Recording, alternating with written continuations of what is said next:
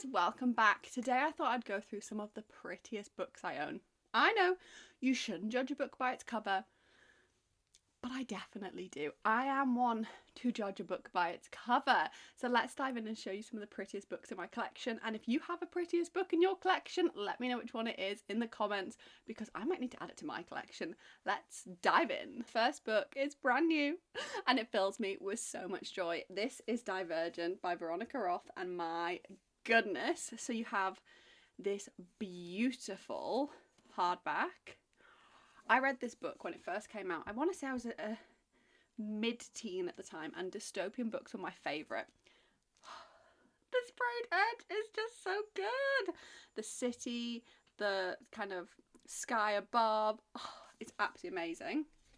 Then inside you have the different areas. So you've got Abnegation, Dauntless, Divergent, and obviously says she can't be controlled, but it's kind of showing you the ones that Triss relates to, I guess. And then a foiled hardback. Doesn't have anything on the back, but a foiled hardback. It is just stunning. I really want to read this book again because I was obsessed. I'm hoping they do all the books. When did it originally come out? It just says 2026 for this. 2011. Gosh, okay. That was a while ago. But yeah, I was absolutely obsessed with this series when it came out, obsessed with the films, obsessed with the book, and having this in my collection. Dystopian's back, baby. It is back. So yeah, definitely would recommend everyone grabbing this. A lot of these will be available on my TikTok page. If you do want to find them and you can't find them, let me know and I will hopefully be able to help you out. But wow, this one's definitely one of my favourites for the collection. Of course, all of K.M. Morinova's books are stunning. We can't deny that. But there is something about the Alcross series that just makes me so happy. It makes me just go, because these are very limited. So you have Of Deathless Shadows, which is the first in the Alcross Academy. I'm pretty sure there's meant to be a third book. I wonder if we'll ever get it in a hardback. I don't know. It has the most beautiful hardback underneath. So this girl, her family has been literally obliterated, blown into smithereens in front of her face. Well, not in front of her face, she's not aware of it, but her brother has obviously escaped, as has her boyfriend slash ex-boyfriend. He kind of dumps her in the first chapter, and she is trying to get back to him, but she's kind of been captured by this shadow wielder, and she's a little bit of a shadow wielder herself. So her name is Terra. So when you have Terra's chapters, look at the artwork inside. This is why it's one of my, it might not have a sprayed edge, but it's pretty. Then you have Finn's chapters. It's just so stunning. And where is the other one? Edgar. Where's Edgar gone? There. Then you have Edgar's chapters as well. It is just so pretty. These are very limited. I think they're about to be discontinued, so I would recommend looking for them sooner rather than later. And then you have the second one, which is Secrets of Alcross. Again, look how pretty that is. I think that's my favourite design. So stunning. These books as well, like I have read them, but I read them so carefully. I was like, I'm not making a mark on these. I mean, my Leave It Behind one is probably very special to me because that one's definitely discontinued and you'll never get your hands on a hardback Leave It Behind ever again. But there is just something about these two. I think it's because they're romantasy and they're dark, they're a little bit different, that just fills me with so much joy. So definitely recommend getting these, at least on your TBR. They are going to be published in traditional publication soon, but they're not going to be as stunning as this, I just know it. I think this one always surprises people because I actually am a huge Holly Jackson fan. I know I read a lot of dark romance, a lot of fantasy, but I was originally a crime and thriller girly through and through. So my collector's editions of all the Holly Jackson books, they're just so good. It's been years since I've even looked at these, it feels like. So you have the prequel Killjoy, which kind of gives you a bit of background information to why she is the way she is. The sprayed edge is so cute, and they're all foiled hardbacks. And then inside they do have little end papers. One of my favourite bits is each one has a not handwritten, but like a written note from Holly Jackson about the story. And they're all slightly different. And yeah, she talks about Pip and it's just so lovely. If you love the book, you'll love these. Then you have the main book in the series, A Good Girl's Guide to Murder, which of course we've got the TV adaptation for. This is Pip's story. Somebody in her town was unalived. They believe they know who did it. They blame this guy. He's then gone and killed himself. And she just doesn't believe that that is the case. And she kind of puts this investigation together. Again, there's the letter. I love these as well because you've got mixed media in them. You've got interviews, you've got normal chapters. They all come with little bookmarks. I haven't read them in this version. They're a little bit battered from how many times I've pulled them off the shelf, but I obviously read the original paperbacks that I had. And then we have Good Girl Bad Blood. So she starts a podcast. I love I love it. And she's going to try and uncover some more secrets. Again, the little note. The end papers on this one, obviously, for being the podcast, are the headphones. Then we have the third one in the series, which is As Good as Dead. This is the final one in the Good Girl's Guide to Murder series. And this one is like, who will look for you when you disappear? Someone's kind of hounding her and harassing her. And obviously it all shatters into an ending. I really want to read these again, but I'm trying not to. This one has a letter as well. And then, technically not part of the series, but it is in my collectors. This is my favourite one. I just love it. 5 survive.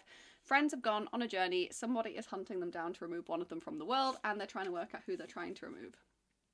I love it.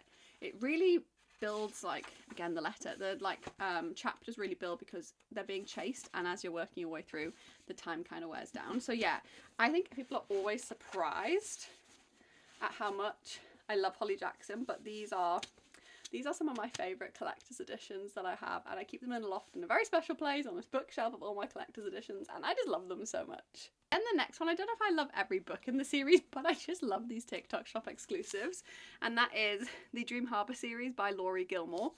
I honestly just love every time they bring one of these out there, exclusive to TikTok shop. You can get like another version that has a slightly different sprayed edge, but this is only one that you can get there. So you have the first one in the series, which is the Pumpkin Spice Cafe.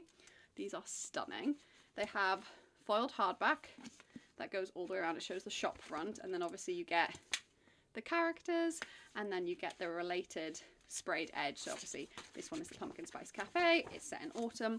You have the pumpkins. This one's a Grumpy Sunshine. I absolutely adore this one. Then the second one in the series is the Cinnamon Bun Bookstore. Look at those little cinnamon buns. Again, beautiful hardback. This one is a He Falls First and Hard, and she owns a bookshop, and they're kind of trying to solve a mystery. Then we have the third one in the series, the Christmas Tree Farm. This one I always describe it as a grumpy. I don't know if there's much sunshine in this. She is literally the Grinch, and he's running away from his past. It's perfect to read. I love how they cover all the seasons as well with these books. And then the newest one that has just been released is the Strawberry Patch Pancake House. This is my least favourite in the series, but my favourite sprayed edge. I know. It's Single Dad Nanny. I'm just not a Single Dad fan. My favourite in the series is actually the fifth one, so when we get the fifth one of this, I'm going to be so excited, because that second chance romance in book 5 was so good. But yeah, I'm just not a Single Dad Nanny trope fan, but I do think this is the prettiest one they've released. So these always sit on my shelf, and they face out like this. They are just stunning. They are just so pretty to have in your collection. But yeah, they're very limited. You can't get your hands on this one anymore, and I think you can on these two. I'm not sure if this one even exists anymore. Haven't seen it in a while.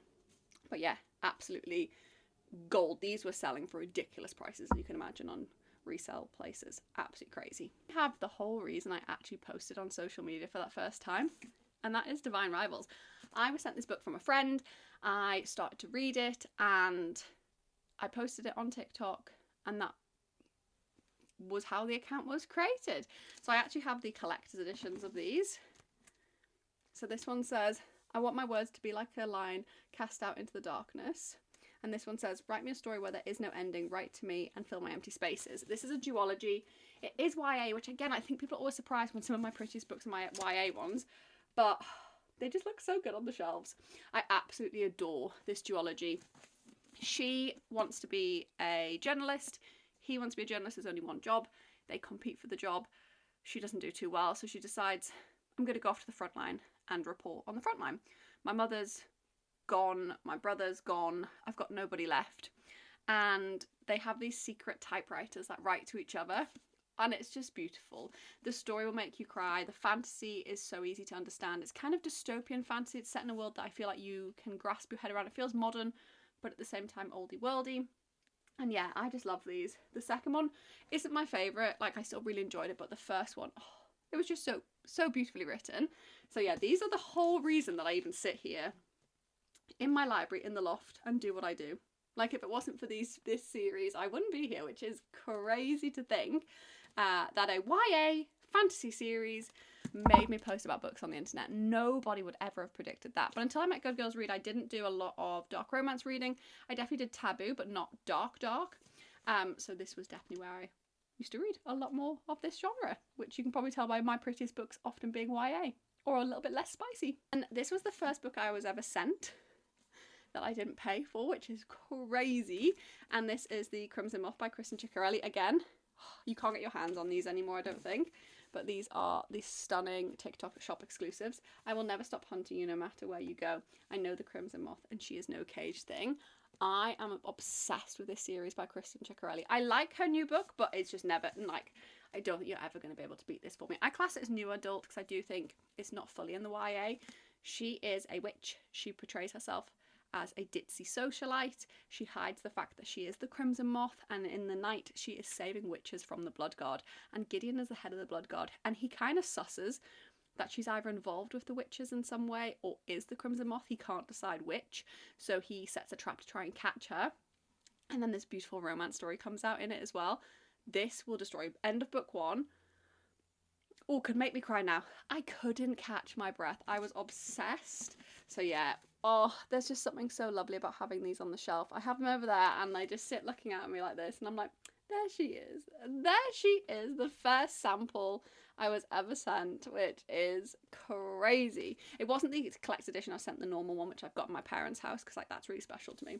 But yeah, I need to meet Kristen Ciccarelli and get these signed like that.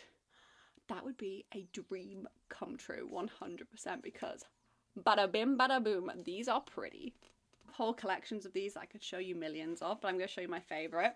So this is the Mina Lima. So these are interactive stories brought to life, mainly children's stories. There is one of Frankenstein, which is amazing, but this is Pinocchio, which is my personal favourite. So they are stunning. Boiled hardback. I've scratched the back of that one a little bit, but yeah, I don't have kids and I still think these are beautiful. They have beautiful end papers. You have stunning graphics. Pinocchio has a very deep place in my heart. I was Pinocchio in a school play once, so I feel like it's so cute. I love it. And then you do get to interactive pages. So you take out the protective bit of card for the interactive page, and then it brings the story to life. So of course this is Pinocchio, so you can maneuver him, move his nose, move his arms, and bring the story to life. It's absolutely beautiful. Some of the Mina Limas are a few stories mixed together. Some of them are the completed story as intended to be read. This is obviously the completed story. I have read most of these and they are just, oh, they're just so beautiful, the way they bring the world to life. I can't even begin to explain it. And obviously the design of these when they're all on your shelf like this, I think I must own, I'm just having a look, I think I own about 10, and they are all absolutely stunning. There's Peter Pan, there's a Little Mermaid, there's Snow White, there's other Grimm stories. Like I said, there's Frankenstein, The Secret Garden, there's just so many, and they are absolutely beautiful for my collection. One who wasn't brought up reading the classics, like I didn't study English that much at school, I did maths, and I'm a reader, but I'm not someone who has studied a lot of classics. But I do love my painted classics. It's really got me to read a lot of classics over the last few years. And one of my favourites is The Great Gatsby. So with the painted classics, you have this beautiful artwork that covers the cover. How stunning is that?